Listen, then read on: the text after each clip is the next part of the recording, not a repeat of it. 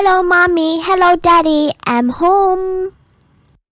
Hi, my little son. Did you have a good time at school today? Yes, I did. Today we had a great science lesson with Mr. William. I liked it a lot.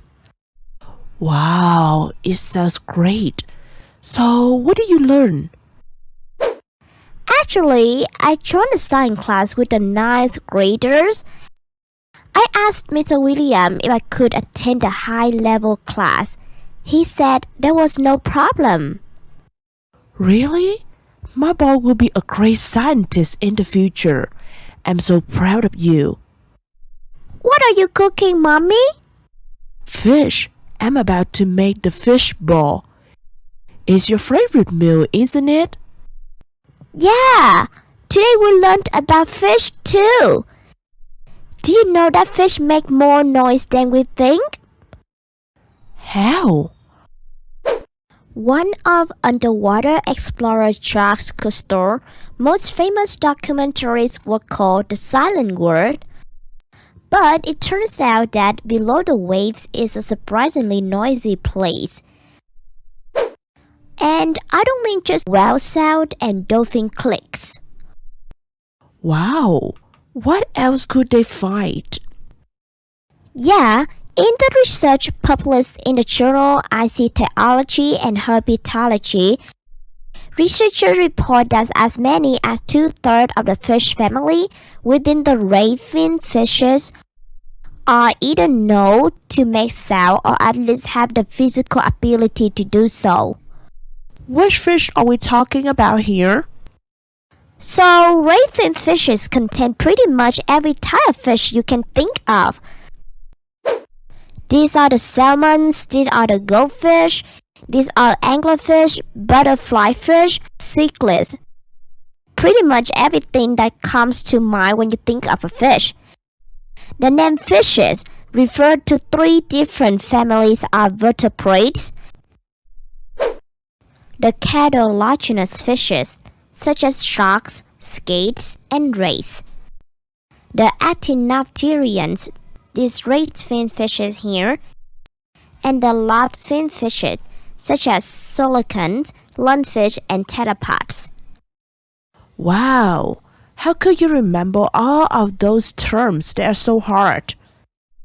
They're not hard if you have a passion for science. Tell me more about it.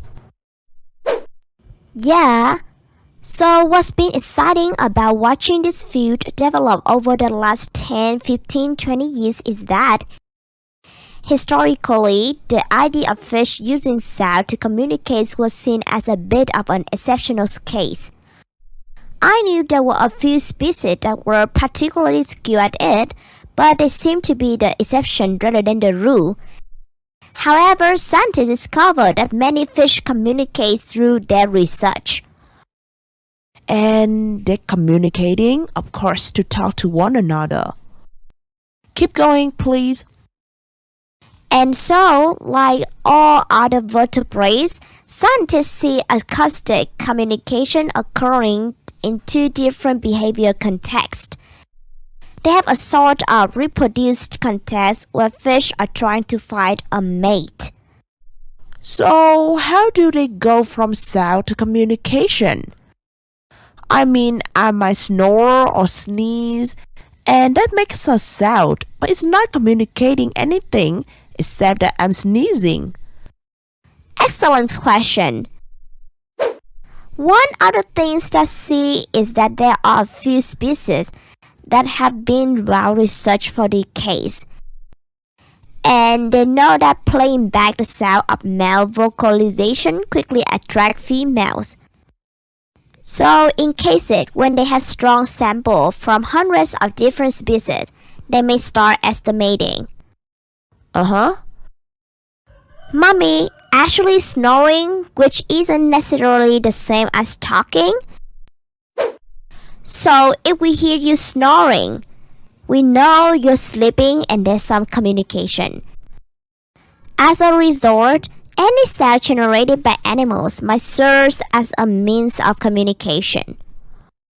Oh, that makes sense now. But when we make sound intentionally, like speaking, we have vocal cords. How are the fish making these sounds? This is one of the fascinating aspects of researching a very root-like fish. Seeing unlike people, fish create noises with many sections of their bodies rather than their larynx, which is a major source of human communication. Do you know the swim bladder, Mom?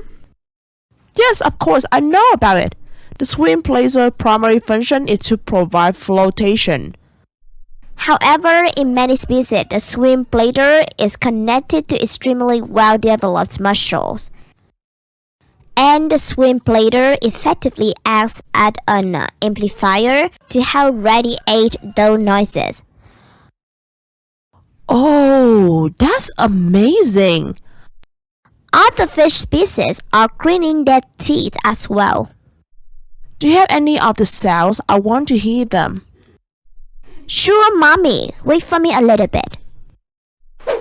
Oh, here it is. Listen. Okay, here's is a hum produced by the plankton midshipman. Okay, it sounds weird. So this is a rather straightforward sound, and it may not appear to be that exciting. However, this is a sound that Annie Pass captures in his lab on the California coast.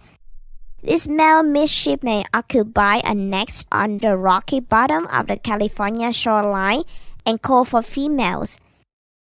Even though the music isn't particularly impressive, this male fish will sing continually for nearly an hour. Oh my, fantastic! What strikes me as incredible is that these noises are produced by a highly specialized muscle. While the audio display itself may not be especially interesting, the underlying physics and behavior are. I imagine that if I am out there, I'll have these colonies of nest scatters across the beach, pretty much next to each other. And these sounds from fish from the midshipman would really dominate the soundscape. Wow, you have a good imagination, Mommy.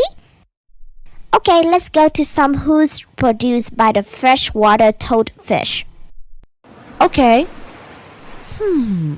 Good. Alright, let's listen to a black drum sound. It did sound like a bass drum for a second. Absolutely. These are such a great species, so these guys are loud. They're obnoxious. What else do you have? How about this one? Yeah, it almost sounds like propellers from a boat. And it's just like this, one boom after another. That's quite interesting. Is it possible if I go snorkeling or scuba diving and I'm very quiet, that I could hear some of these fish sounds? Yep, your entire body will vibrate as you float over the necks of a calling oyster toadfish. It is just really surreal feeling where you have this fish in and among the algae. You can see them, but you can absolutely hear them. This has been so much fun. Thank you, Louise. Would you share it again with your daddy and your sister at dinner? I'm not sure. They're not very interested in science. Oh, help me to set up the table, sweetie.